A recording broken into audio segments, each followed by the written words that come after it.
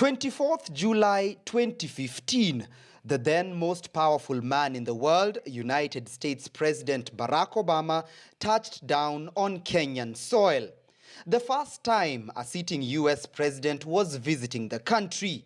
A visit that came with several marvels for Kenyans, including the beast. 18 months since he left the White House,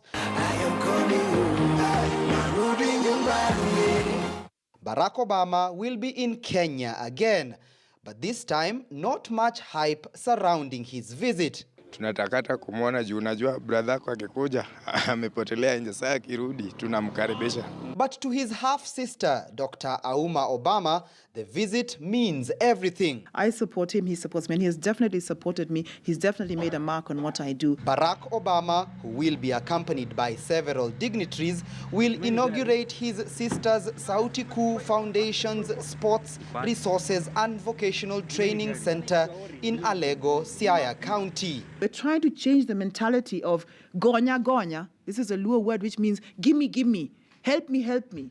We don't need to be helped, we can help ourselves. The facility, described as a center of knowledge, has internet access, a library, sports facilities including table tennis, volleyball, basketball, and an international standards football pitch, and will cater for participants from 4 to 25 years of age. Everybody can participate, so then nobody is blocked out because they didn't do well in the exams, they're not the right age, they're not the right ethnicity, they're not the right this or that. No, the gates of Sauti Kuu are open to all. It will also have 8 vocational centers, including masonry, welding, and carpentry. Already we get about 700 young people who we work with every week. So we are going to actually double that number, who are going to come through our gates every week to do one thing or the other. Obama, who will be in the country for barely 24 hours, will arrive on Sunday and will meet with President Uhuru Kenyatta. He will also meet NASA leader Raila Odinga ahead of the Sauti Kuu Center inauguration on Monday. With restricted access due to space and security reasons on the ground, some locals feel left out and denied a chance to catch a glimpse of Obama on his second visit to his ancestral home since the year 2006, when he visited as Illinois senator. Sasa wengi wao wamekufa moyo. You have to participate, you have to be active, and you cannot have things fall in your lap. I'm sorry, it does not work that way. I would be doing our community an injustice. People had to register, and they didn't. From Kenya, Obama will head to South Africa, where he will, among other things, deliver the Nelson Mandela Annual Lecture and meet with South African President Cyril Ramaphosa.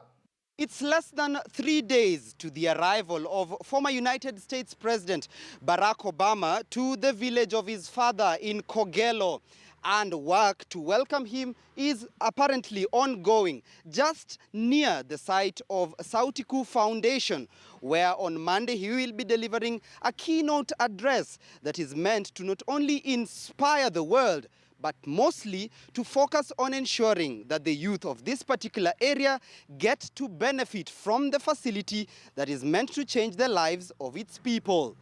Timothy Otieno, KTN News in Kogelo Village, Siaya County.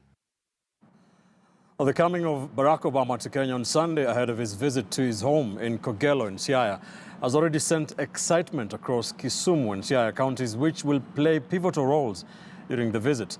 The county of Kisumu will be beaming the events live to the town for residents to follow, while the county of Siaya has promised security and provided access roads to Kogelo, where he will open the Sauti Kuu Foundation. KTN News Nyanza regional correspondent Kevin Ogutu has been following the preparations for us. It is at Kisumu International Airport where US President Barack Obama will land from Nairobi Monday. He will be received by Kisumu Governor Professor Peter Anyang' Nyong'o before proceeding to Siaya and back. This noble role that has already seen an upsurge in the number of both local and foreign journalists in town has seen the county government of Kisumu make arrangements for a live display of Obama's visit to Kisumu residents, as the county urges the business community to seize the opportunity as well. I want to send a passionate plea to the business community in Kisumu and within the Lake Region Economic Bloc to come out and make real capital of this important visit of His Excellency Barack Obama. In general, we are ready to receive our guests, and we've been working together with our counterparts in Siaya County to ensure that the visit is successful. In Siaya County, the government has made access roads for easy access of the visitors to the location where President Obama will sit. His coming has also rekindled a plan that Siaya County has had over a long time, that of setting a university in his honor. Very soon we will make our intention very clear, formal and official to ensure that we can formulate partnership with the honor of President Barack Obama to come up with President Obama University, if he allows us to do so. About 10 kilometers from Siaya town is Kogelo village, where, despite everyone going about their business, the more than usual presence of police officers is an indication that something big is about to happen in this otherwise sleepy village. At Sauti Kuu Foundation, it is a beehive of activity, all in preparation for Monday, when President Obama will officially open it. Kevin Ogutu, KTN News, Siaya.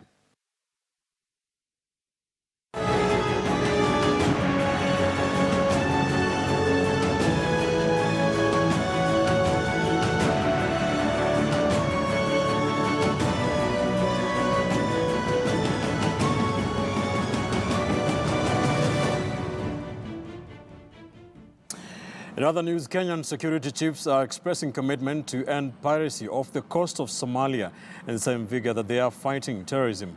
Contact Group on Piracy off the coast of Somalia, an international governance organization working with the United Nations and with a membership of more than 60 countries, is currently underway at the United Nations offices in Gigiri. Francis Ontomwa has more details.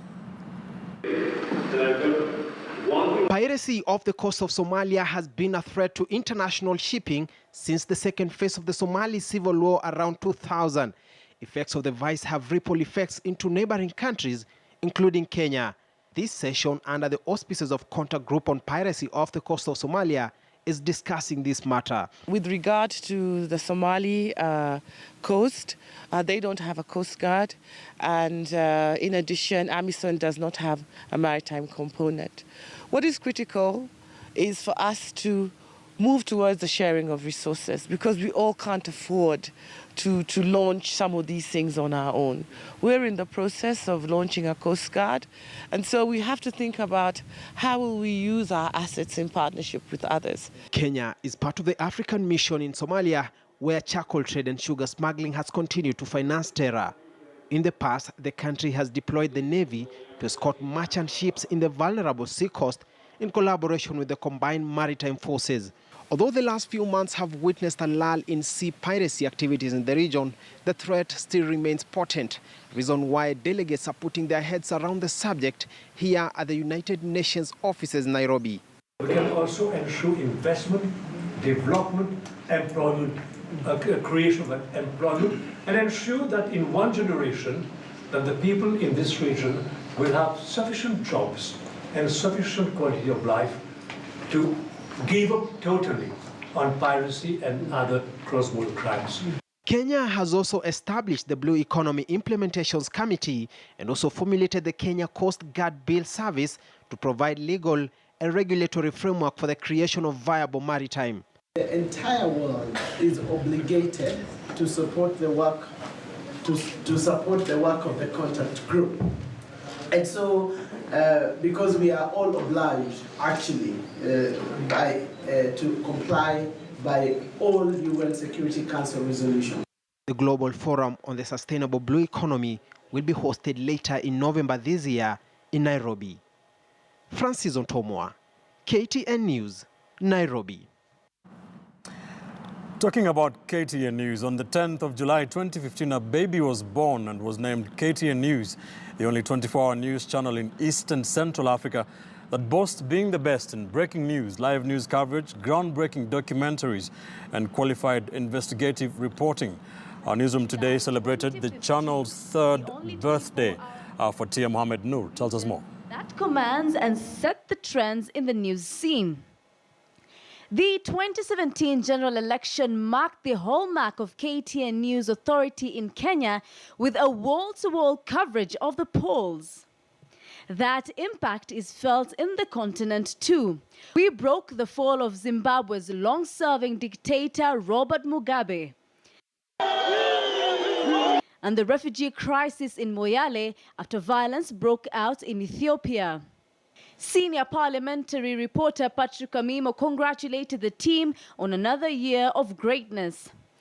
It's a great day that we are witnessing the 3rd anniversary of KTN News. It's a station when we began, it was really an experimental basis, but it's now shown that KTN News is now a channel of choice for many Kenyans around the country. Happy 3rd anniversary KTN News. Shine on. Fathiya Mohammed Noor, KTN News. Indeed, we at KTN